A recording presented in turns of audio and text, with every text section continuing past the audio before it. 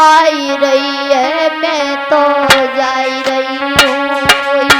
याद बलमा तेरी आई रही है, मैं तो जाई रही हूँ।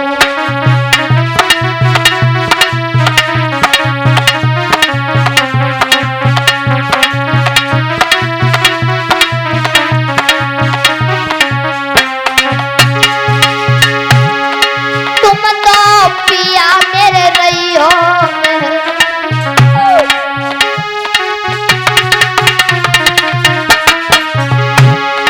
तुम तो पिया मेरे रही हो। और आज गम गम के गोता खाई रही हूँ, मैं तो जाई रही हूँ। कोई याद पिया तेरी आई रही है, मैं तो जाई रही हूँ।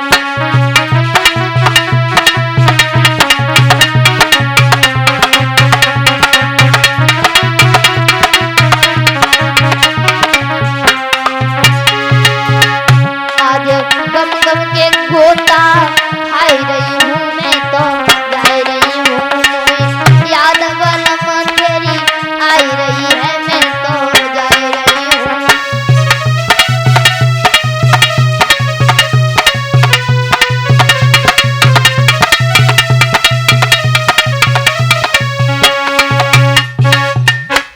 महाराज जैसी भयंकर जंगल में पहुंची है मरने के लिए, तब तक बाबा देव ऋषि नारद जी आ गए। जैसी देखा कि ये एक बेटी इस समय रात में यहाँ क्या करने के लिए आई है, लेकिन जो देव ऋषि बाबा नारद ने देखा तो उन्होंने सोचा और बताया भी है कि एक संत का कर्म ये होता है, कोई भी व्यक्ति दुख में हो तो उसका दुख का निवारण कर देना चाहिए, उसे कहते हैं संत। तो संत भगवान मिले, कहा बेटी आप इतनी रात में इतनी जल्दी क्यों आई हो? कहने लगी बाबा जी मैं अपनी आत्महत्या करने के लिए आई हूँ। क्यों आई हो? कि हमारे घर में कोई संतान नहीं है।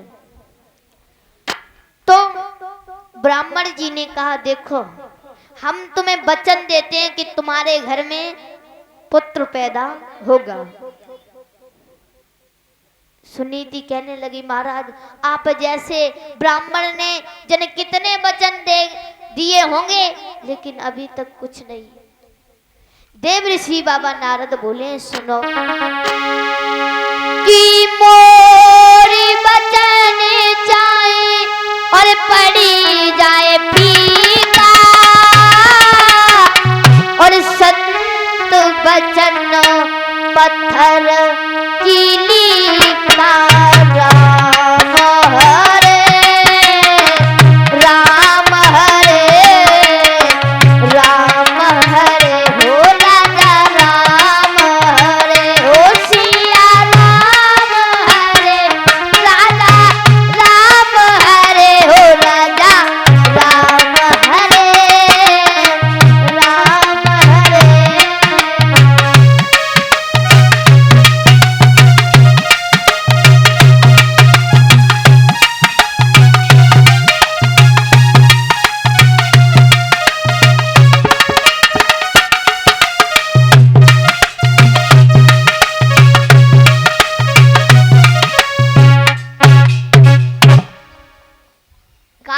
बेटी जाओ तुम्हारे घर में पुत्र पैदा अवश्य होगा।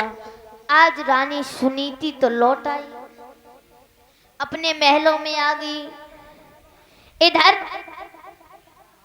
गौर करते हैं, इधर महाराज उत्तानपाद की तरफ एक दिन उत्तानपाद ने सोचा कि हमें बहुत दिन हो गए, हम शिकार खेलने के लिए भी नहीं गए। तो सुरची से कहा है देखो हम शिकार खेलने के लिए जा रहे हैं।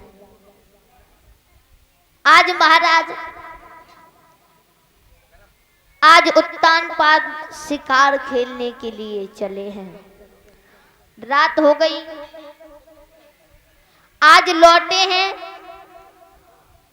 और देखा कि सुरुचि सो गई, किबाड़ खटखट आए। ओ रानी सुरुचि किबाड़ खोलो, रानी सुरुचि किबाड़ खोलो। लेकिन रानी पहले ही सोई गई। लेकिन एकदम उत्तानपाद को ध्यान आया, क्यों ना आज ये बहुत अच्छा मौका है, हम अपनी बड़ी रानी सुनीति से मिले। तो महाराज उत्तानपाद ने क्या किया, उसी जहां पर मैया सुनीति झुपड़िया डाले थी वहीं पर पहुंचे और कहा, रानी सुनीति किबाड़ को खोला, रानी सुनीति किबाड़ को खोला। तो महाराज रानी सुनीति ने सुना कि इस समय हमारे पिया, अरे हमें ये लगता है कहीं हमारी सौत ने हमें मरवाने के लिए तो नहीं भेजा। आज महाराज जैसी किबाड़ को खोले, कहने लगी रानी तुम? हाँ। आज महाराज क्या हुआ? कहने लगी रानी ऐसा करो, हमको भूख लगी है।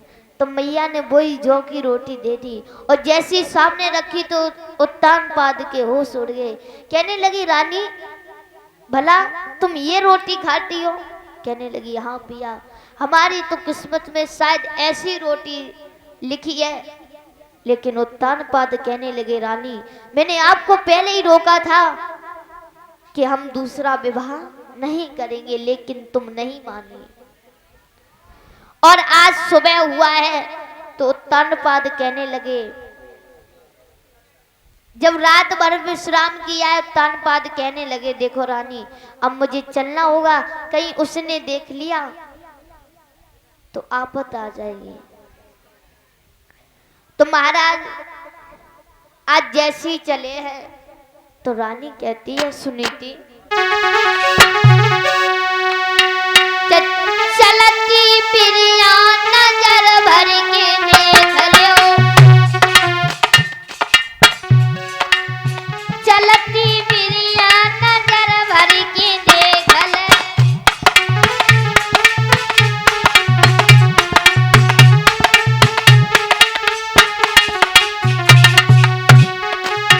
चलती प्रिया नजर भर के देख लो, चलती प्रिया नजर भर के देख लो।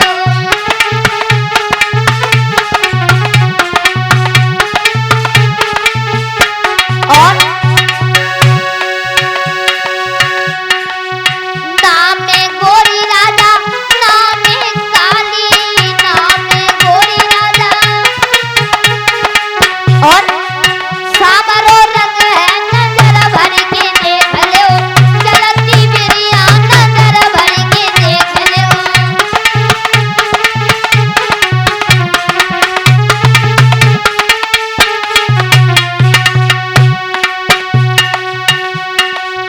चलती प्रिया नजर भर के देख लो, चलती प्रिया नजर भर के देख लो।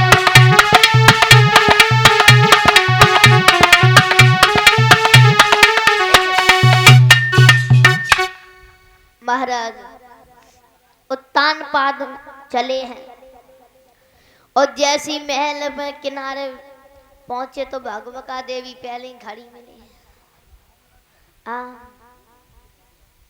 महाराज जैसे ही पहुंचे सुरुचि कहने लगे महाराज, सुरुचि कहने लगी महाराज अच्छा ये बताओ आप रात भर कहाँ रहे? महाराज ने सोचा यदि दब गए तो मानो, क्योंकि नारी के आगे कभी झुकना नहीं चाहिए। ऊंची आवाज में उत्तानपाद कहने लगे रानी सुनो, रात भर मुझे हो गया इस यहाँ पर पड़े पड़े और तू कहती है कि मैं तेरी स्वात से मिलकर के आया हूँ, ले ये तलवार मार दे अपनी स्वात को। अब भैया सुरुचि कम हो गई, बोली मान जाओ। अब सुरुचि कहने लगी देखो महाराज हम तो ऐसे ही कह रहे थे, हाँ हंसी हंसी में कह रही थी। महाराज जब दिन व्यतीत हुए हैं ऐसे ही तो बताया, अरे इसी माज से गर्भ से और ध्रुप हुए कुमार, छा गई भूम में वो ध्रुप नाम। इधर रानी के गर्भ से उत्तम हुआ कुमार, बजी बधाई महल में हुआ मंगलचार।